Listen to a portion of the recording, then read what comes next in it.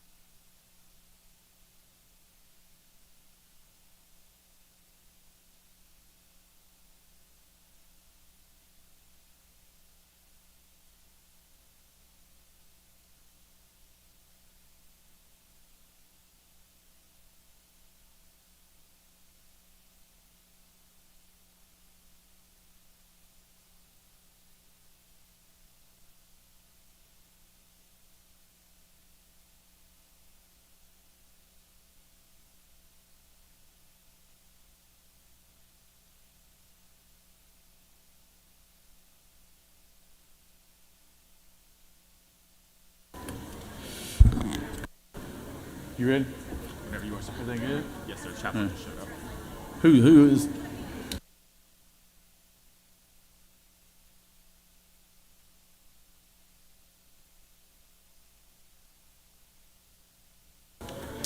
Good morning, everyone. Good morning. Time for convening has arrived. Senate will come to order. All unauthorized personnel, visitors, please exit the chamber. I recognize the distinguished gentleman from Coweta County. Thank you, Mr. President. I feel like now that I'm distinguished, does that come with a pay raise? No? Okay, well, we'll take it anyway. Mr. President, got a great list of pages here from all over the state. With us from Jefferson, Georgia, we have Peyton Hawkins. Out of Hampton, we have Camilla Ayala. Out of Roswell, we have Isabel and Jacqueline Daniel. Out of Marietta, we have Tyler Frank. Out of Cumming, we have Joaquin Jacobs. And out of the great city of Holmes, Noonan, Georgia, we have Caitlin Lange. Out of Decatur, we have Yoshi Lee. Out of Hampton, we have Paris McGee. Out of Macon, we have Henry Etheridge. Out of Cordele, we have Ava Owens. And on your ticket today, Mr. President, we have Luca Geisler Norsing. Y'all give these pages a big round of applause. We look forward to working with each and every one of you. We appreciate your service to our great state today. Mr. President, the journal has been read thoroughly and found to be correct. All right, thank you there, Senator. Is there objection to dispensing of the reading of the journal? Chair hears none. The reading of the journal is dispensed with. Is there objection to confirmation of the journal? Chair hears none, and the journal is confirmed. And thank you, pages, for being here today. We do greatly appreciate your service.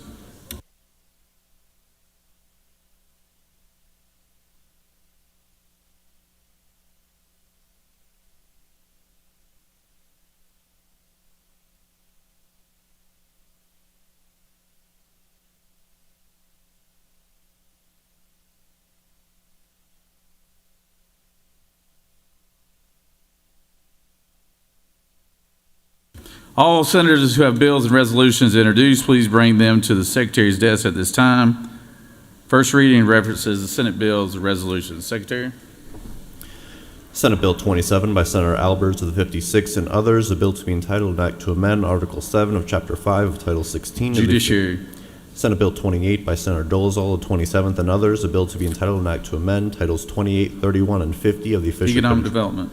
Senate Bill 29 by Senator Williams of the 25th and others, a bill to be entitled an act to amend Article 6A of Chapter 3 Judiciary. Senate Bill 30 by Senator Watson of the 1st and others, a bill to be entitled an act to amend Article 1 of Chapter 7 of Title 31 and Article 1 of Chapter 34 of Title 43 of the Official Code of Georgia annotated relating Health and to Human Services. Senate Bill 31 by Senator Dolezal, the 27th, and others, a bill to be entitled an act to amend Chapter 7 of Title 48 of the Official Code of Georgia annotated relating Finance. to Senate Bill 32 by Senator Williams of the 25th and others, a bill to be entitled an act to amend Article 2 of Chapter 10 of Title 16. Judiciary. Senate Bill 33 by Senator Kirkpatrick of the 32nd and others, a bill to be entitled an act to amend Chapter 23 of Title 2 of the Official Code of Georgia. Regulated Industries. Senate Bill 34 by Senator Hustetler of the 52nd and others, a bill to be entitled an act to amend Chapter 2 of Title 46. Regulated Industries. Senate Bill 35 by Senator Walker III of the 20th and others, a bill to be entitled an act to amend Code Section 33-20. Insurance and Labor. Senate Bill 36 by Senator Setzler of the 37th and others, a bill to be entitled an act to amend Title 50. Judiciary. Senate Bill 37 by Senator Albers of the 56th and others, a bill to be entitled an act to amend Chapter 1 of Title 50 of the Official Code of Georgia. Economic Development. Mr. President, that completes the order. Secretary, read bills and resolutions for the second time.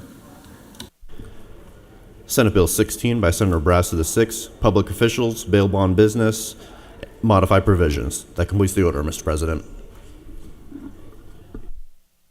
It is now time for the morning roll call. Are there any motions to excuse? I recognize the senator from the 33rd. Thank you, Mr. President, and good morning, y'all. I ask for unanimous consent to excuse the senators from the 55th and the 5th. Without objection, senators from the 42. 55th. 43, I'm sorry. 55, the 5th, and the 42nd? 43rd. 43rd. Yes, sir. All right, Thank without you. objection, the senators from the 55th, the 5th, and the 43rd are excused. Recognize the senator from the 15th.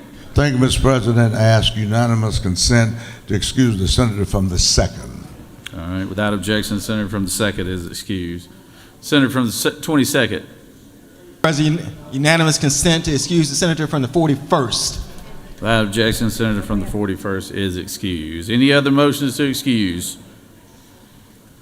Secretary will call the roll. Senator, signify your presence by voting the yea switch. Secretary will unlock the machine.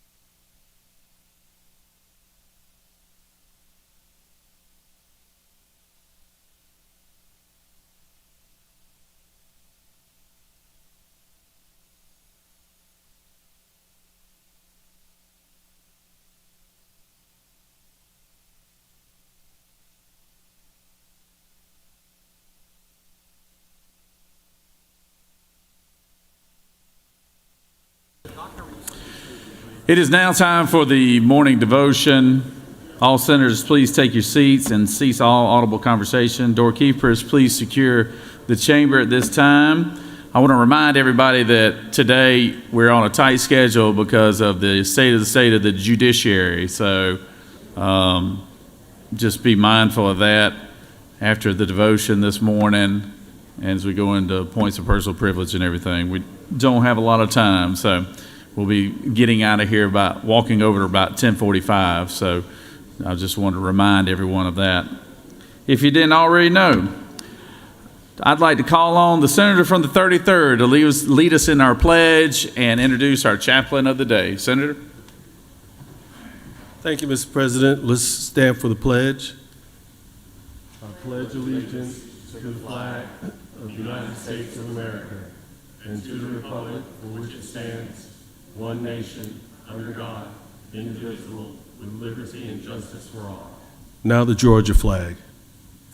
I pledge allegiance to the flag and the principles for which it stands, wisdom, justice, moderation, courage. Thank you, Mr. President, my fellow senators, colleagues, friends, and y'all. I have the privilege of introducing the pastor, Joel Gregory, senior pastor of Linked Up Church in Powder Springs, Georgia. Joel Gregory is the founding and senior pastor of Linked Up Church in Powder Springs, Georgia. Since its inception in 2014, Linked Up Church has been focused on the vision of connecting people to God, family, purpose, and community. Today, Linked Up Church and the message of Jesus Christ reaches thousands of households across the land. Joel has served in ministry for over 25 years. He looks pretty young to be a minister for 25 years. The various positions include college campus minister, youth pastor, director of education, assistant pastor, and pastor of Faith Christian Center in Orlando, Florida, and Smyrna, Georgia. His leadership has influenced growth, community impact, and efficient functions within these various capacities. Joel graduated from Bowling Green State University in 1989. I shouldn't have said what year, now people trying to calculate how old you are. And the School of Ministry School in Detroit, Michigan in 1993.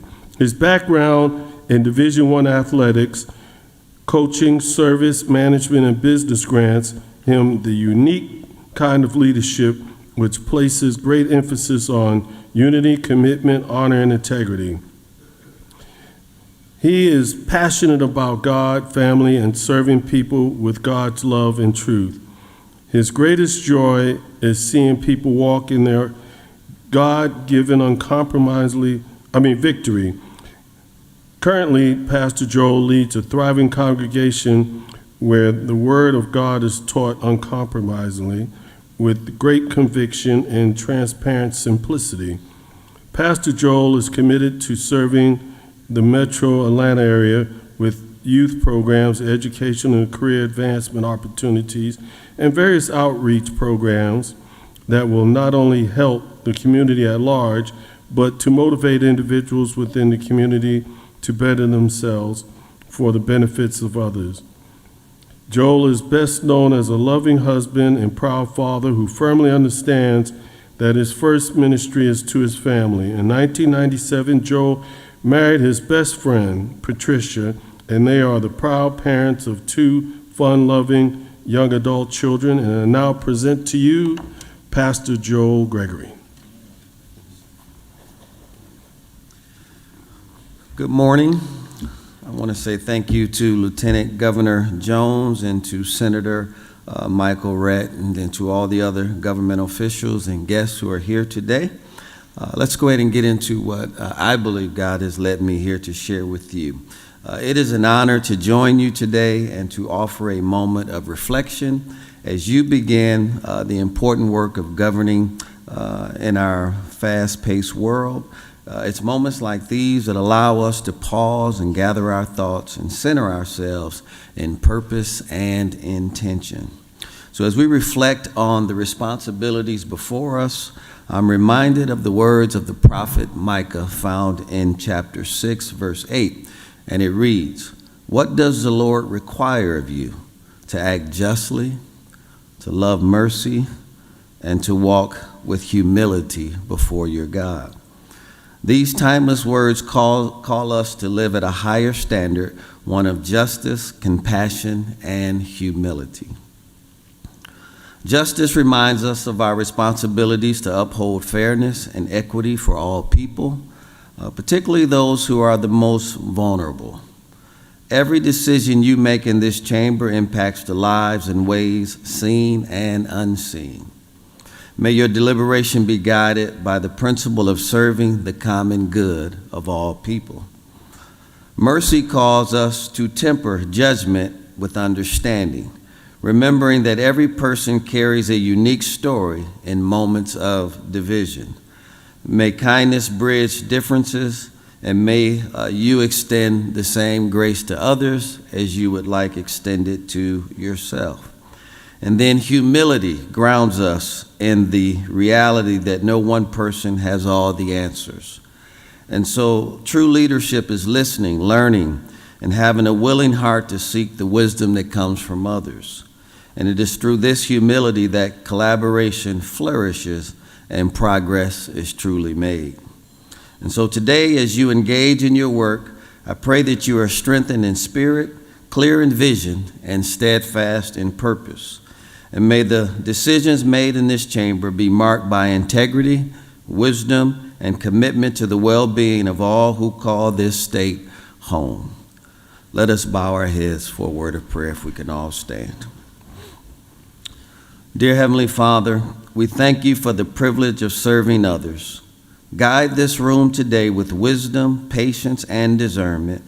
Bless their work, and may their actions bring hope and healing to those they represent. And may justice, mercy, and humility be the compass that directs their path. In Jesus' name. And thank you, and may your work today be fruitful and beneficial to others.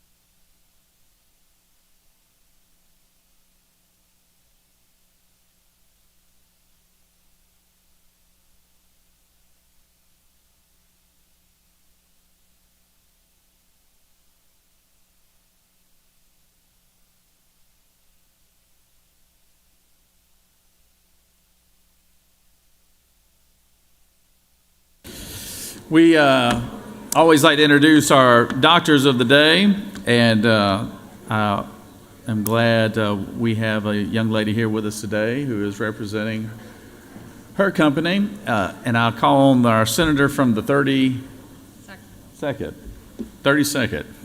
to introduce our doc of the day. Thank you. Dr. Gibson is not in my district. She's in the senator from the 14th district. Because he's not around, I'm going to go ahead and introduce her. Erica Gibson is board certified OBGYN with the Southeast Permanente Group in Atlanta.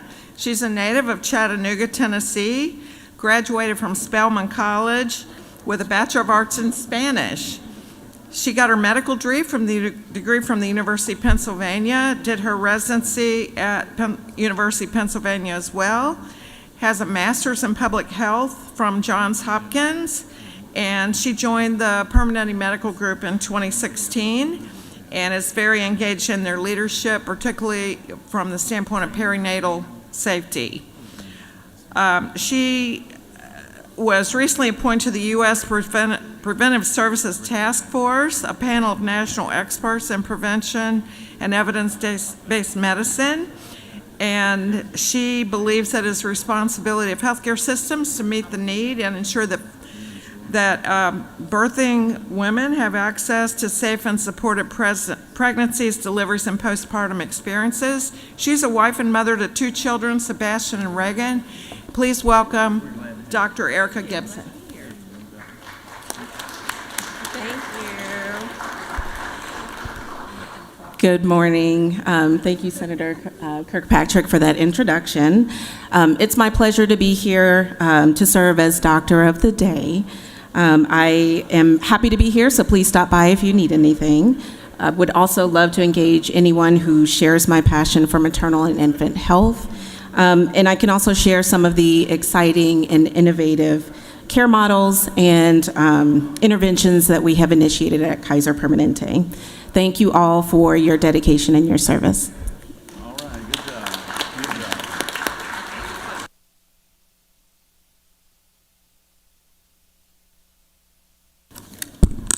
I see we have one of our former colleagues on the floor today, Ms. P.K. Martin. Ms. P.K., everybody welcome P.K. Good to have you here, Senator. Good to have you here. I also see that I have a group of people that are my neighbors up there. It's Butts County Day here at the Capitol. I see them. Why don't y'all wave to everybody there in the gallery? There you go. Give them a round of applause. Y'all can do better than that now. How about give it up for my folks up there in Butts County? Always take care of y'all's people. Y'all better take care of mine for a day. So, all right, we're moving on to points of personal privilege. It's good to have my folks up there, by the way. Points of personal privilege. I recognize the senator from the 1st.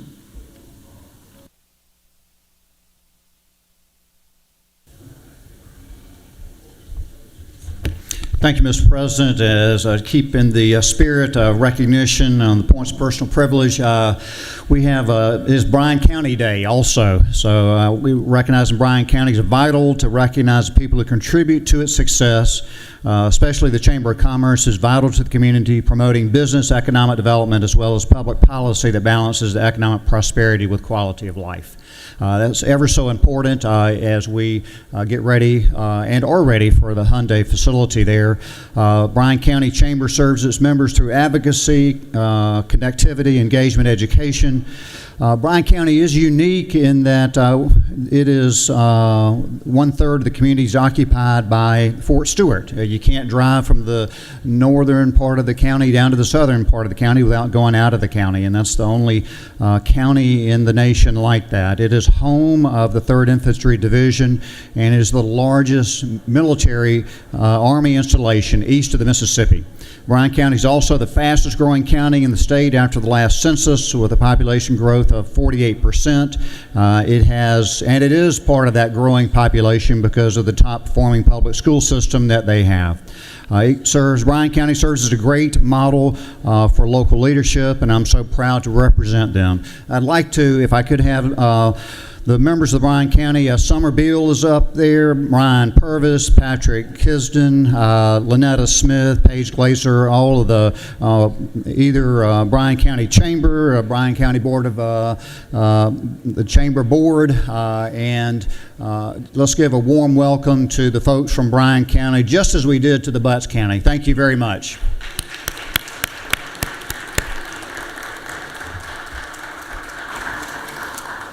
Very nice to have the good folks from Bryan County, and thank you, Senator, for that. Recognize Senator from the 29th.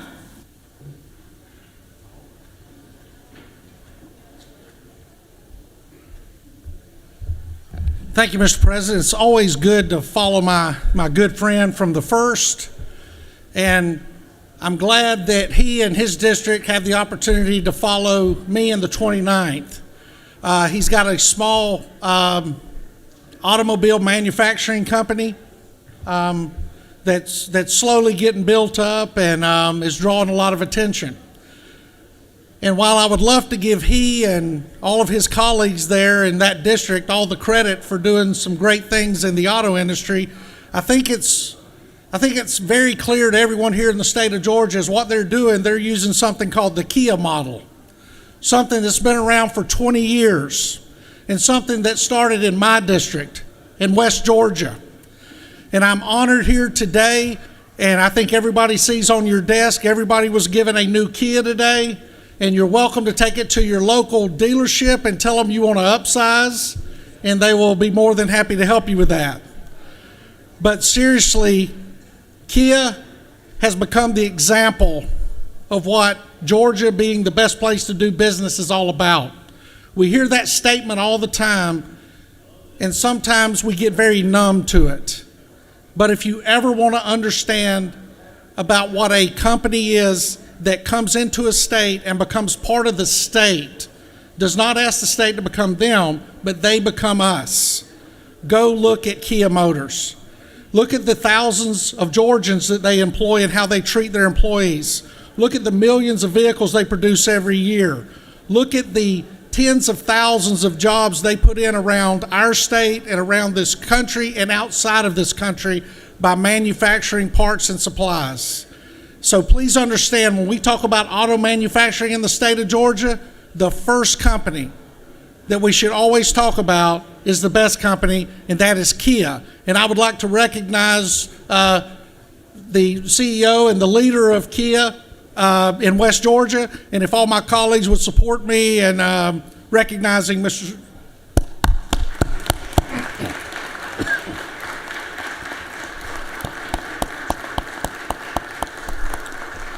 Thank you, Stuart. God bless y'all. Thank you, Senator, and thank you for recognizing the good leadership at Kia Motors. We're very proud to have them in West Point, Georgia. Recognize the Senator from the 12th for a point of personal privilege.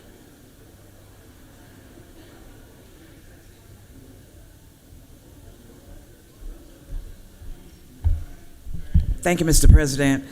Colleagues, I have the distinct honor of welcoming the Albany Area Chamber of Commerce from Southwest Georgia, the hardest working chamber in the state of Georgia, led by Regents Barbara Rivera Holmes. And are you guys in the gallery? Okay, we don't have anybody in the gallery, but I want you to know that they are here. Welcome them. And also, we want them to enjoy the day with us and come back again. We also have members of the EDC led by Ms. Jana Dyke.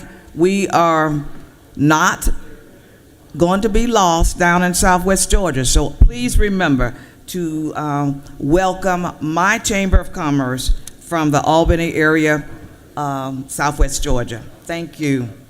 Thank you, Mr. President.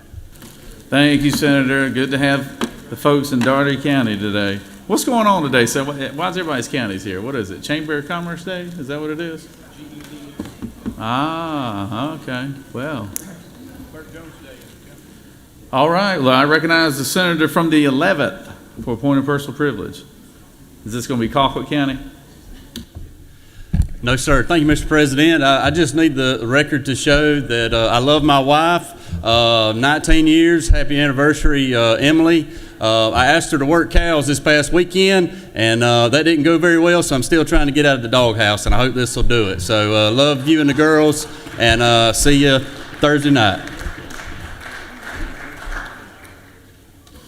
All right, happy anniversary. Recognize the senator from the 10th.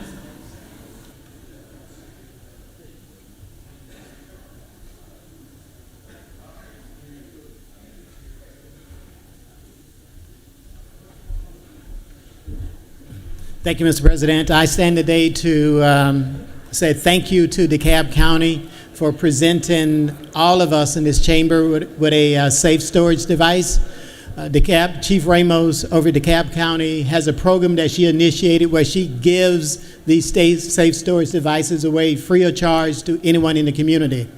And I can't say enough about the work that she's doing in the department in DeKalb County, but I also have to thank our CEO for the work that she intends to do, our CEO, Lorraine Cochran Johnson.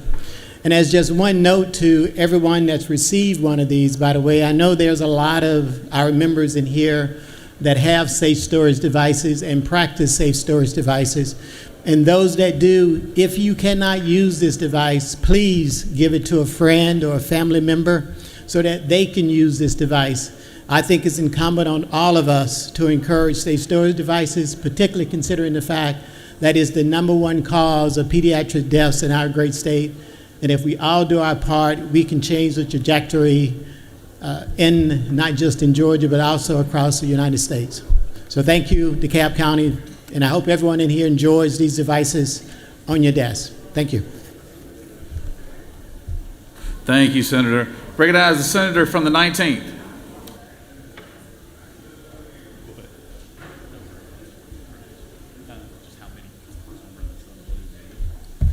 Thank you, Mr. President. You asked why everybody's here today. I think they're just here to see you, Mr. President. Thank you, members of the Senate. I want to remind you that tonight is Bacon County night. You're all invited to eat seafood, a cookout down at the IBEW building. It starts at 5 p.m. Come down there, have you some boiled shrimp, some oysters, some ribs and chicken, some good Southern food. I know we're all excited about that. Second thing to tell you is on your desk, you will have a summary from the Senate Budget Office of the governor's budget recommendations for AFY 25 and FY 26.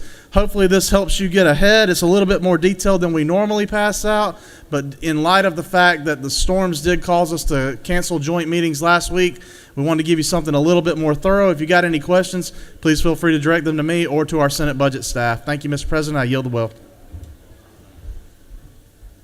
Thank you, Senator. Recognize the senator from the 54th. For a point of personal privilege.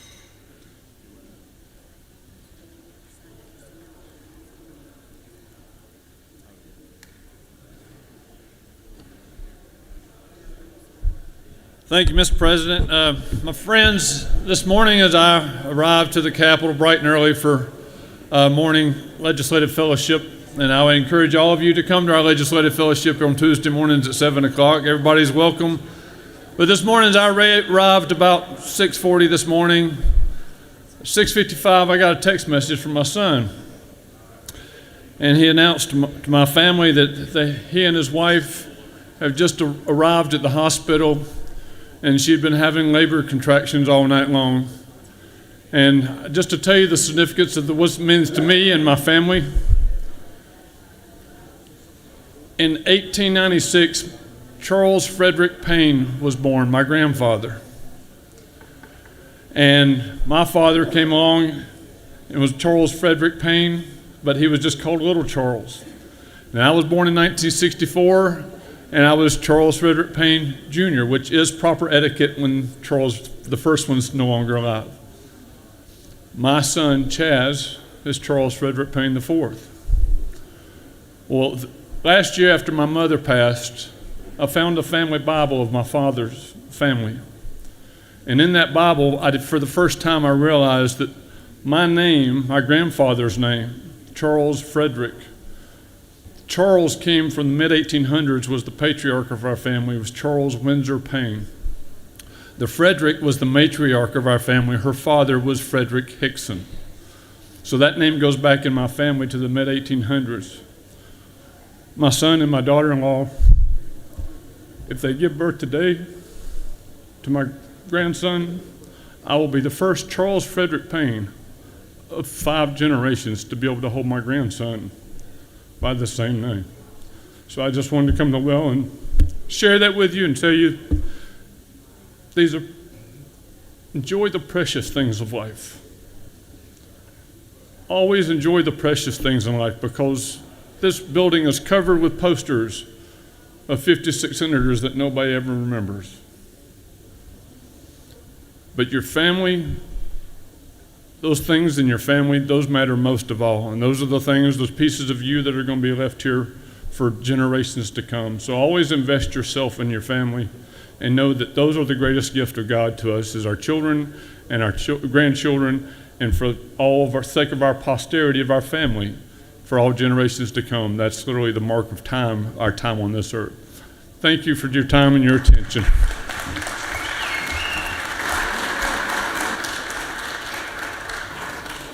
Thank you, Senator. Recognize Senator from the 56.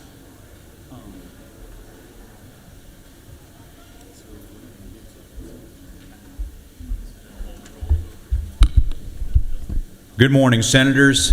We have been working diligently in the Senate, along with our colleagues in the House, to look at how artificial intelligence is going to impact each one of us, our communities, and businesses.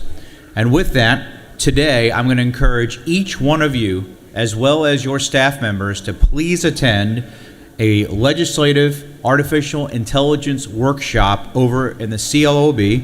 It'll be in room 515 at 12 noon. Lunch will be provided. This is going to give each one of you a crash course on what will probably be the single most impactful thing that will happen in our lifetime with the advent and the increased innovation with artificial intelligence. Again, please join us 12 noon in the LOB room 515. Thank you.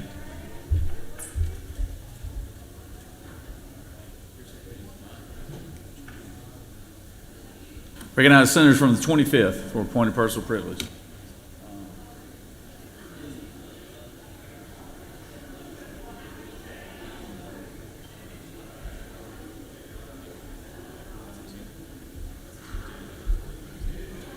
Thank you, Mr. President. I too want to recognize some friends from Butts County. We have the Chamber Board, if you'll stand up, the Board of Commissioners. I know Russ Crumbly's up there, I can see his white hair. City of Jackson elected officials and members of the Butts County Board of Education. I wasn't in here earlier. I was out getting a resolution signed by practically, I think I've got everybody in the Senate to sign, recognizing Butts County on their bicentennial anniversary of its founding. So we've been working hard to get everybody to sign that. We're glad y'all are here. Thank y'all for being here, and I think the governor's going to buy you lunch today. Yeah, absolutely. Absolutely. Yeah, we can do that, Rick. We can do that. Recognize the senator from the 37th.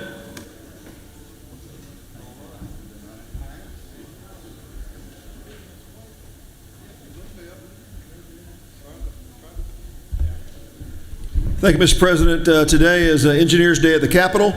When you think about the practice of engineering and design, 10% of our entire construction economy is the design side of engineering, design, and development. As part of this effort, we'll have engineers today from your districts. Many of their leaders are down with the American Council for Engineering Companies of Georgia. Many may be on the rope line seeing you today, so spend some time talking to them. These are difference makers. Winston Churchill says we shape our environments and then our environments shape us. That's what engineers and architects do for us, and just want to recognize them today. With that, Mr. President, I will also tell you I have a bill that's been a long time coming. It's the Quality-Based Selection for Architecture and Engineering Services Bill. It'll have local governments' procurement of architecture and engineering services mirror that of the state. If you think about driving over Spaghetti Junction from 285 to 85 and you're 113 feet off the ground, suspended in this expanse of structure, aren't we glad that the engineers and architects are selected on their qualifications, not based on low fee? And we think we want that sensibility to apply across our state and have an opportunity. If you'd like to join the bill, we have some sponsors already. Love to have you join with me on this quality-based selection bill, and as we honor our engineers today. Thank you, Mr. President. All right, we got time for a couple more. I know there's a bunch that are signed up, but we're going to have to line up and head over to the House for the joint State of the State. But I recognize the senator from the 6th.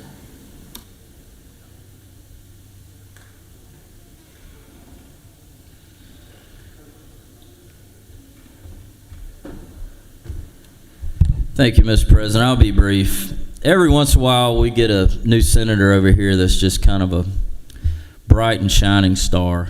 And I thought I'd highlight one today that he showed up a few years ago and came up, and we heard him today. And the reasoning he's a bright, shining star, the senator from the 11th, is he comes up here and always apologizes that he forgot his anniversary.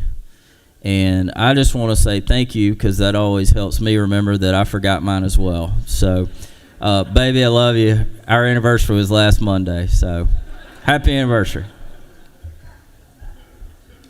Boy, I can tell you're winning points already today. All right, we've got time for one more. Senator from the 38th. 38th.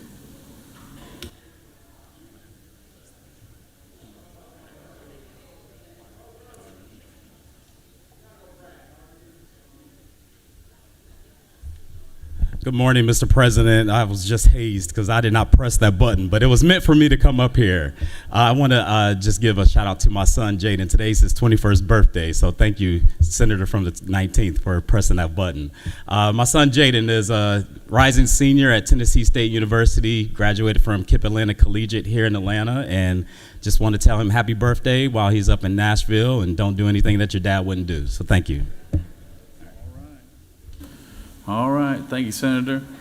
I recognize the Majority Leader for a motion. Thank you, Mr. President. I move that pursuant to House Resolution Number 5, the Senate stand in recess for the purpose of convening a joint session to hear an address from the Chief Justice, and that upon dissolution of the joint session, the Senate stand adjourned until 10 a.m. on Wednesday, January 29th. The Majority Leader has moved. Senator from the 33rd, for what purpose do you rise? Pardon me, Mr. President. Station I ask choir. for unanimous consent to excuse the senator from the 28th for business outside the Capitol. Without objection, Senator from the 28th is excused. Senator from the 40th? Announcement. Come on, hurry, Senator.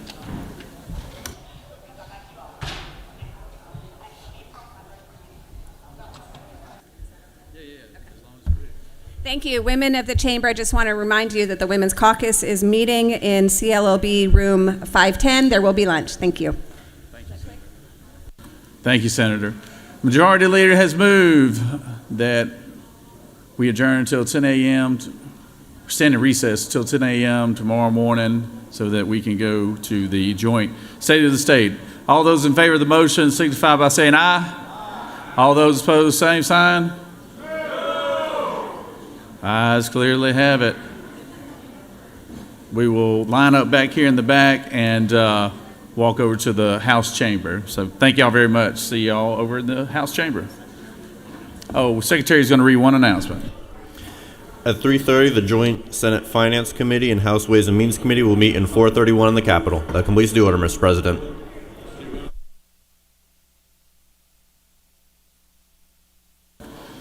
All right.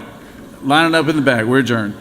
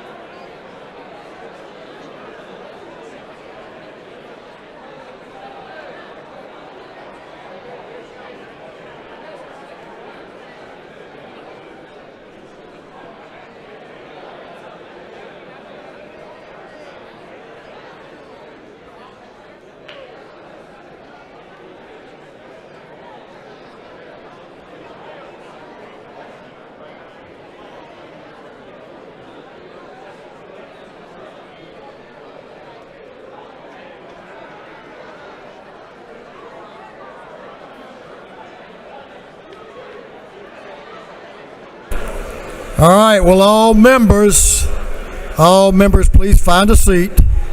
All members.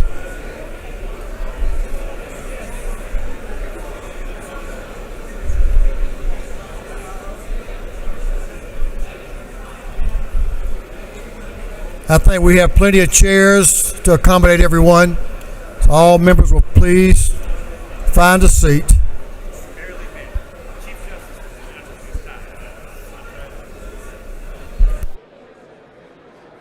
All members, if you'll cease conversation, we'll welcome our justices to the chamber.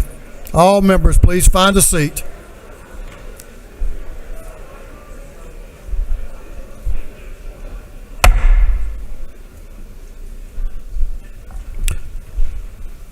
Mr. Doorkeeper. Mr. Speaker, the Honorable Michael P. Boggs, Chief Justice of the Supreme Court, and the Justices of the Supreme Court, along with the Honorable Amanda H. Messier, Chief Justice or Chief Judge of the Court of Appeals, and the judges of the Court of Appeals, await entrance to the House chambers. Mr. Doorkeeper, please allow the Honorable Michael P. Boggs and the Justices of the Supreme Court, as well as the Honorable Amanda H. Mercier and the judges of the Court of Appeals entrance to the House chamber, and the messenger will escort them to their designated seats.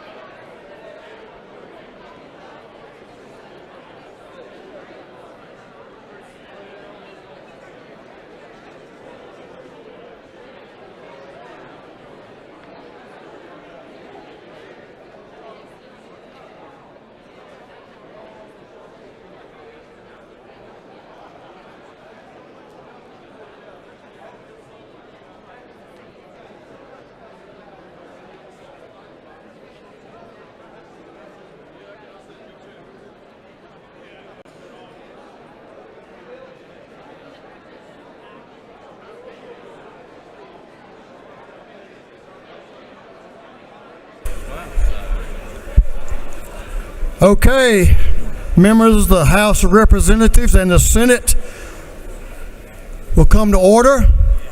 All members, please take their seats. This joint session will come to order. Mr. Clerk, will you read a resolution?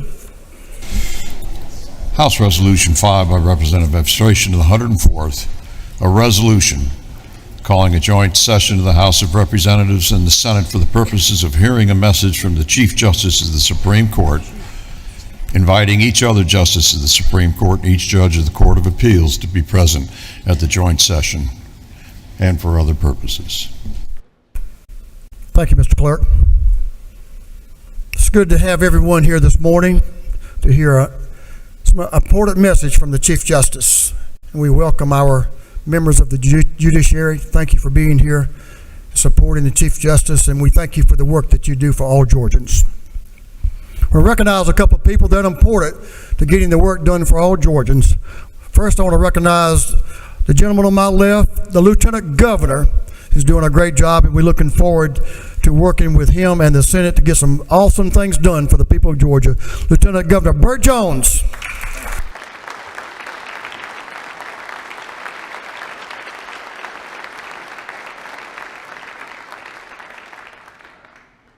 A couple of other folks that are crucial to the working of this General Assembly. A dear friend, the President Pro Tem of the Senate, John Kennedy. Senator Kennedy.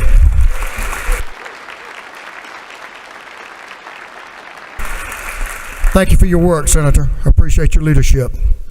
Now, this is a special day for a number of reasons, but even what makes it even more special is the birthday of the next person I'm going to introduce. The Speaker Pro Tem of this House, a dedicated public servant, a dear friend who's represented her district and the people of this state in a distinguished manner over the years in her service as a representative, but especially as Speaker Pro Tem. Happy birthday, Speaker Pro Tem Jan Jones.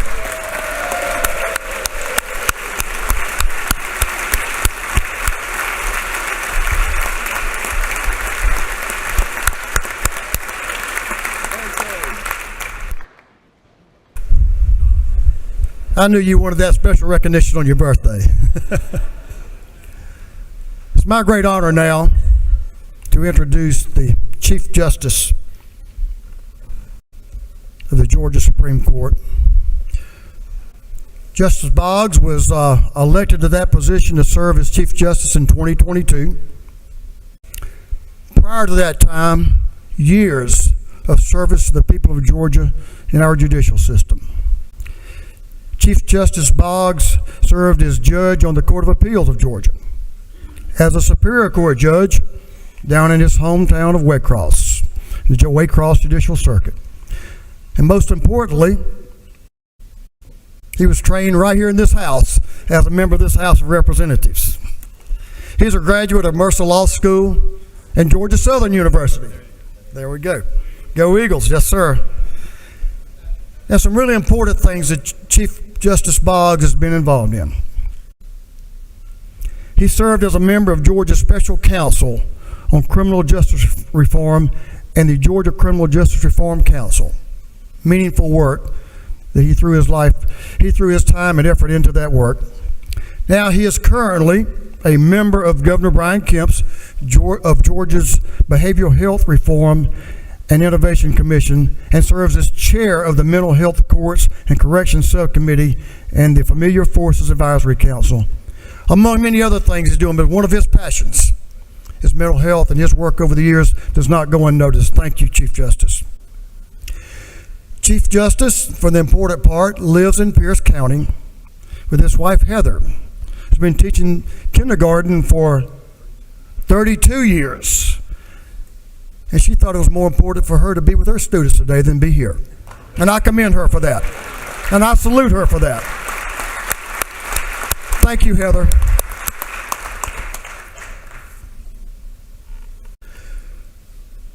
Along with justice goes wisdom to administer justice.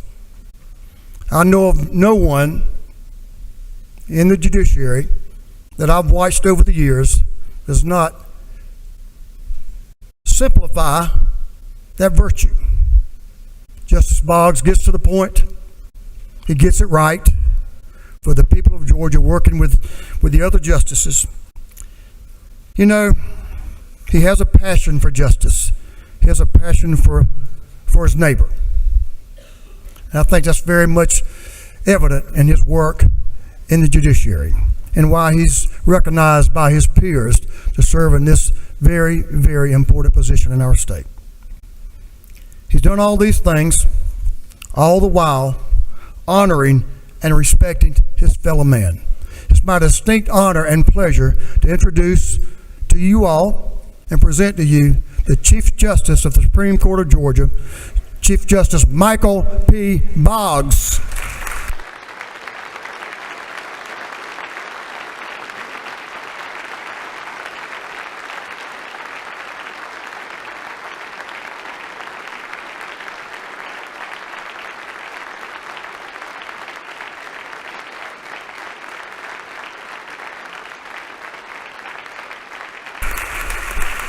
Thank you. Thank you. Thank you.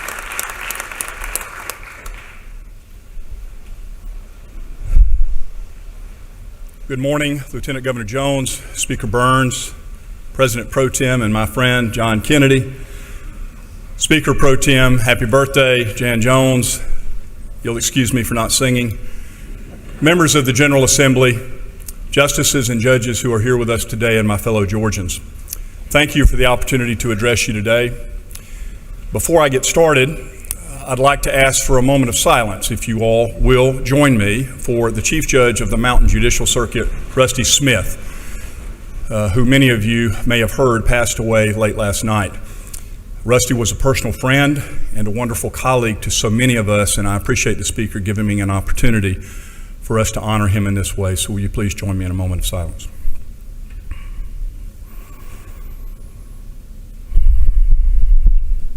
Thank you. You may be seated. Our thoughts and prayers are with his family, both his personal family and his professional family. So thank you for that opportunity.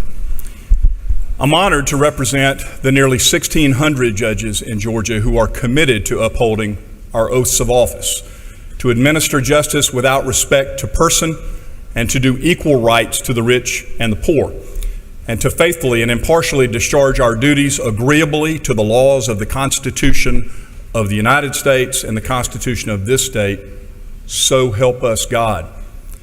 Adherence to this oath promotes the importance of the rule of law and an independent judiciary in our society, and along the way helps build public trust and confidence in our courts.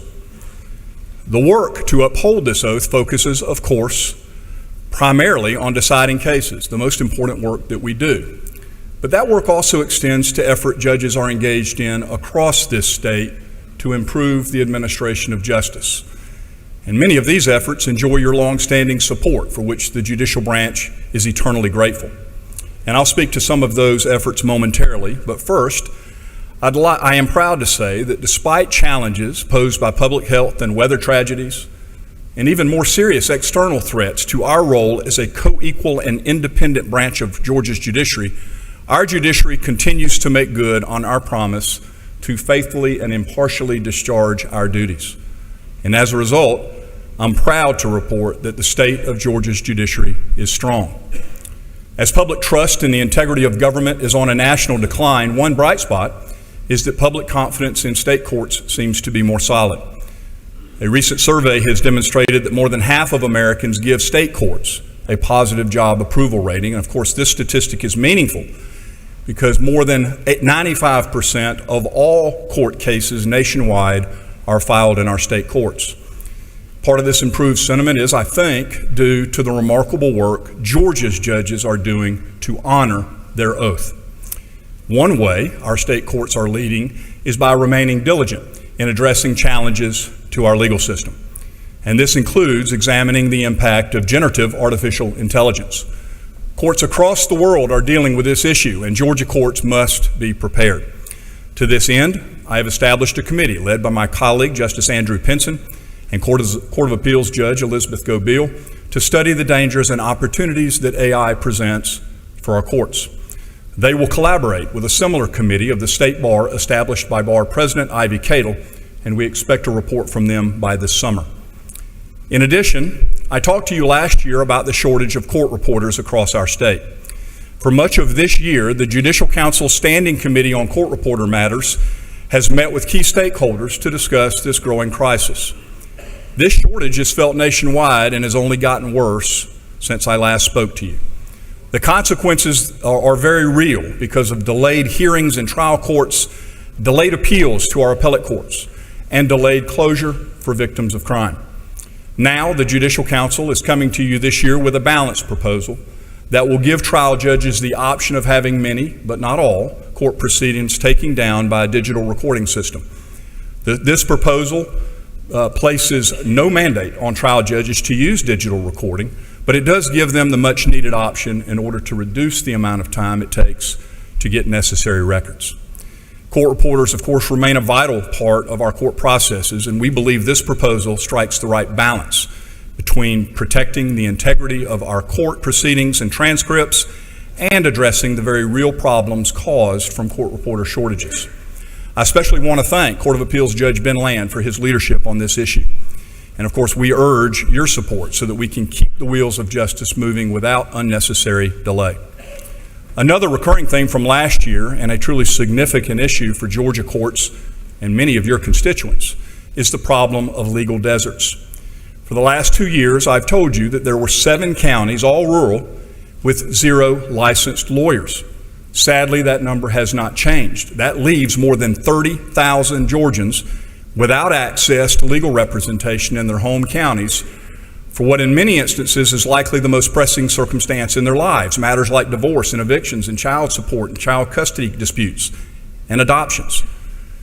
All seemingly routine matters if you have an attorney working for you, but for those who do not, help is almost unattainable and the consequences can be life-altering. I'm committed to leading on this issue, and I'm proud to have other judicial system leaders join me as we examine potential solutions for narrowing our state's civil justice gap. I believe that Georgia should be a national thought leader on this issue, particularly as we've seen Texas, Arizona, and Washington State make great progress. To accomplish this, I created the Supreme Court Study Committee on Legal Regulatory Reform, led by my colleague, Justice Carla Wong McMillan, and Court of Appeals Judge Stephen Dillard. They will work in collaboration with the State Bar of Georgia, judges from various classes of court, and attorneys from diverse practice areas across the state to explore options and innovative opportunities to use the Supreme Court's constitutional authority to regulate the practice of law to bolster civil legal services for rural or low-income Georgians. Maybe some of the barriers of accessing justice are caused by or even made worse by the way our court regulates the practice of law. So our challenge, of course, is to do this without undermining the court's duty to protect the public and not otherwise diminish our state's high standards for legal practitioners in this state. We look forward to the recommendations of this committee, which we hope to receive later this year as we all seek to improve access to justice for Georgians. I want to also thank each of you in the legislative branch who have been great partners in many endeavors to improve our state's justice system. Each of you here today have been instrumental in supporting Judicial Council initiatives over the last several years that have been transformational for some of Georgia's most vulnerable citizens. Recently, you have approved Judicial Council funding requests for Georgia's Medical Legal Partnership Program, like the one in Ware County, my home county. This program provides on-site attorneys who assist low-income or senior residents and families with medically fragile children address their unique and critical legal needs. This ultimately saves lives and tax dollars. Your support of medical legal partnerships is just one example of how important your support is to the state's judicial system. Similarly, over the last several years, you have joined with the judiciary and nonprofit legal services providers like Atlanta Legal Aid and Georgia Legal Services in supporting kinship care programs. Those help secure temporary or permanent arrangements for children to be cared for by relatives or close family friends when their biological parents are unable or unwilling to do so. This program helps stabilize families. It lessens the trauma of separation and provides children with supportive services while also saving taxpayer funds. So medical legal partnerships and kinship care are but two of the many ways that you all support our courts and vulnerable Georgians, and I want to take this opportunity to personally thank all of you for this critical assistance. In addition to these collaborative initiatives, I'm pleased to report on a landmark initiative that holds the potential to fundamentally improve our justice system. With the support of Governor Kemp, Georgia judicial leaders are moving forward on a generationally transformative tool for collecting, using, and reporting real-time case information and data. This effort, a statewide case management system for our Georgia Superior and State Courts, is critical to improving the work of our justice system. Currently, as you may know, trial court case management and data are siloed in 159 individual and disparate case management systems that lack common functionality, common definitional standards, and an ability to share information. This can mean that during sentencing, our judges do not have accurate data about defendants upon which to drive proper case disposition or even diversion. They may not know, for example, whether a defendant standing before them has a prior criminal history in another county, whether they have ongoing criminal matters in other jurisdictions, whether they've ever had prior civil mental health commitments, or even whether prior arrest and dispositions are accurately reflected in their criminal histories. I hope we can all agree that a judge trying to accurately fashion an appropriate sentence should not have to rely on the goodwill of a criminal defendant to volunteer that they are already on probation somewhere else in Georgia, or that they have a history of civil mental health commitments. And of course, bad, missing, inaccurate, and incomplete data available to our state's judges clearly has a real and frightening public safety implication for every Georgian. The governor has funded this project with federal ARPA funds, and we're currently working collaboratively with all judicial system partners to ensure that the system will serve stakeholder needs with an aim to have a functional system by the end of this year. I'd like to take this opportunity to personally thank the governor for his significant investment in this project, and in so doing, keeping at the forefront the improvements of Georgia courts and the safety of all Georgians. We hope that you share our interest in improved judicial system data and that you will support this project as needed. In addition to these statewide initiatives, trial courts on the local level are also making great progress in fulfilling their oath to the citizens of Georgia. A shining example is Cobb County's Veterans Accountability Treatment Court program, started in 2014 by the late Superior Court Judge Reuben Green, who unfortunately passed away several weeks ago. And while we mourn the loss of Judge Green, we lift up his legacy of judicial leadership through the creation of this program, which is designed to improve outcomes for veterans in our state's criminal justice system. This program, which is currently presided over by Judge Rob Leonard, is specifically tailored to address issues of post-traumatic stress disorder, substance abuse, and other mental health issues that are unique to our country's service members. And they do this through counseling and additional support services, including job training. As I'm sure Judge Leonard will tell you, the need for veterans courts is dire. 50% of veterans with PTSD in our country do not receive treatment, and there are over 181,000 veterans currently incarcerated in the United States. Of those, 81% had a substance use disorder prior to their incarceration, and a full 25% were identified as mentally ill. Veterans Accountability and Treatment Court's missions is to work to change these dire statistics while also increasing public safety by reducing recidivism, and they are succeeding. In Cobb, 64 veterans have successfully graduated from this 18-month program, and the average recidivism rate is an astounding 7%. I think we could all agree that these veterans have faithfully served our country, and we owe it to them to see that our justice system addresses their service needs appropriately.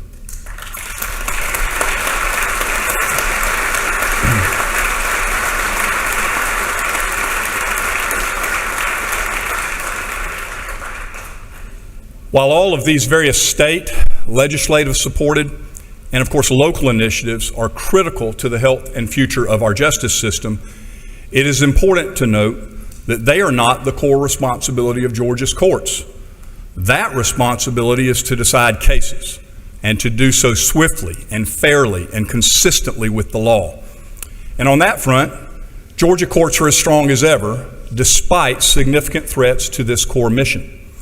For the last several years, we've all noticed an alarming increase in attacks on our courts, both attacks on decisions and even physical attacks on judges. It seems that our entire system of justice, a bedrock of our democracy, is under attack.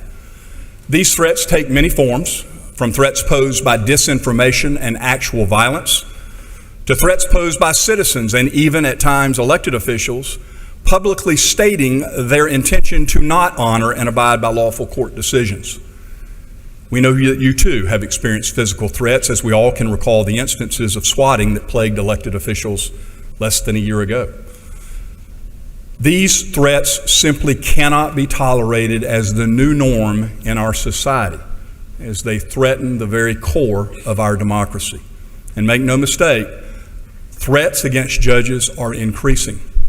The United States Marshal Service, which protects our nation's federal courts, reports that threats against federal judges have tripled over the last decade, up from 179 instances of credible threats in 2019 to 457 in 2023. And of course, we have no agency tracking threats against state judges in Georgia. However, increasing anecdotal evidence does demonstrate that we're continuing to see a precipitous increase in threats against judges, clerks, and court staff. Just last month, bomb threats forced the closure of the Muskogee County Courthouse. Now more than ever, the safety of our state's 1,600 judges, as well as our court personnel and the general public who still enter our hallways and courtrooms each day, has become a pronounced concern. It is crucial that our courtrooms are secure and those who work within them can perform their duties without fear. This means not only upgrading our physical security measures, but also implementing comprehensive training so that security situations can be handled more effectively, or better yet, prevented altogether. Last summer, we created and implemented training sessions that may be used by judges and you, lawmakers, across our state to better understand and protect themselves and their families at home or out in their communities. I'd like to take an opportunity to thank my colleague, Justice Sean Ellen LaGrua, and the committee that she chairs for their ongoing work in that regard. I would also like to thank the Georgia Public Safety Training Center and state law enforcement leaders for making all of this possible. I also am very appreciative for the cooperation and support we've received from you all in the legislature in working with this standing committee to add another layer of vital protection through the passage of Senate Bill 508 last session. Thank you especially to the bill sponsors, Senator Clint Dixon and Representative Matt Reeves. We greatly appreciate you and thank you all for taking the safety concerns of our judges seriously. Your investment in judicial security is fundamental to maintaining public confidence in our system of government as a whole. And we look forward to continued collaboration on our recommendations this session to further refine our approach. In addition to its security, an independent judiciary must be able to attract and retain qualified judges. To that end, we will again be pursuing a plan previously supported by the Judicial Council to improve judicial compensation in Georgia. I'd like to also thank last year's sponsors, Representative Rob Leverett and Senator Bo Hatchett. This year, that same proposal is again sponsored by Representative Leverett, but this year in two separate bills. House Bill 85 will address Superior Court judges, and House Bill 86 for statewide judges. We again ask for your continued support of this very important legislation.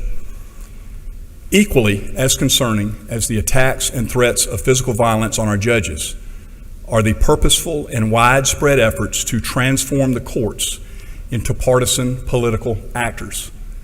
It's hard to overstate the danger that such efforts pose to the rule of law if left unchecked.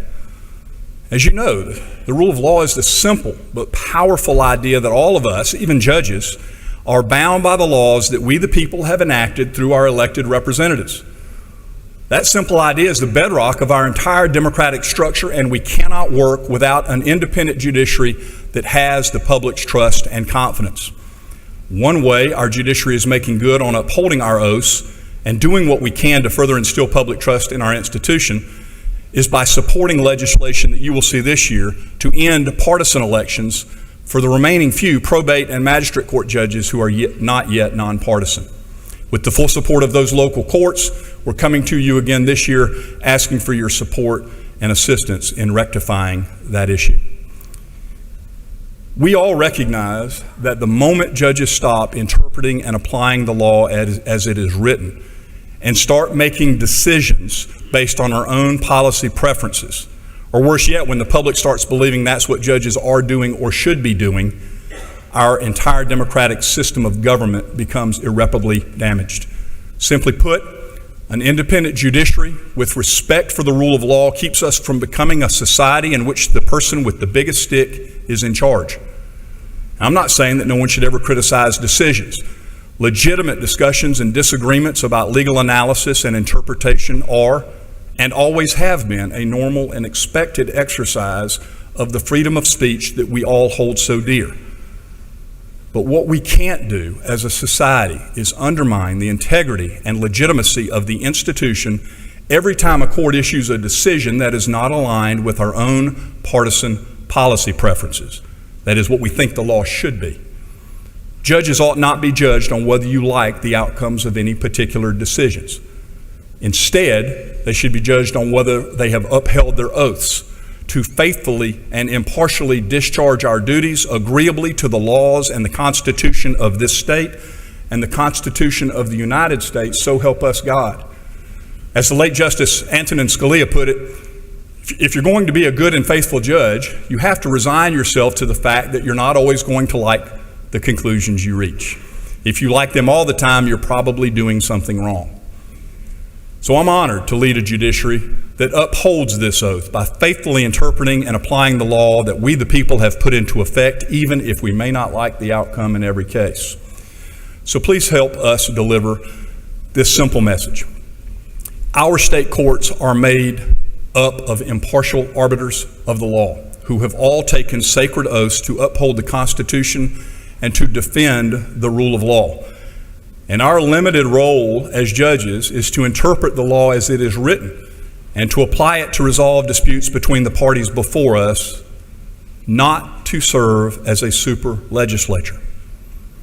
As long as the people of Georgia understand and trust that our judiciary is faithfully carrying out that limited role, the rule of law will remain secure. In closing, I want to express the entire judiciary's sincere gratitude for your willingness to provide assistance to us so that we may continue to improve the fair and swift administration of justice and uphold our sacred oaths. Thank you all for the opportunity to be with you today. May God continue to bless us in this great state of Georgia. Appreciate it. Thank you.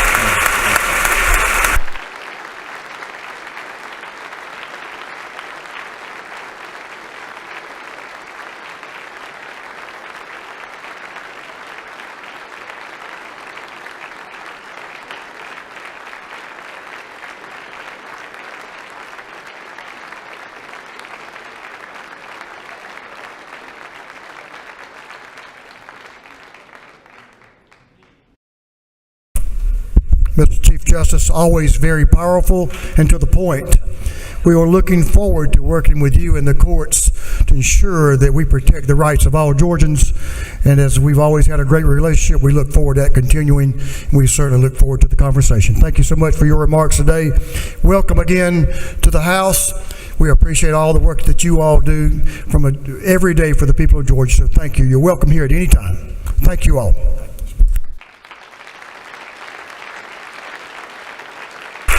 At this time, I'll ask the doorkeeper to escort the Supreme Court justices and the judges of the Court of Appeals from the chamber.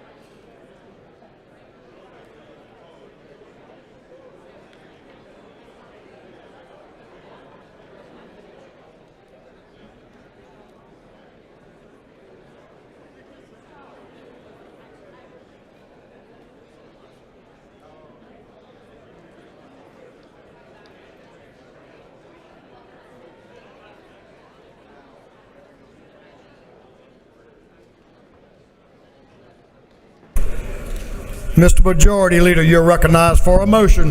Thank you, Mr. Speaker. I move that this joint session now be dissolved.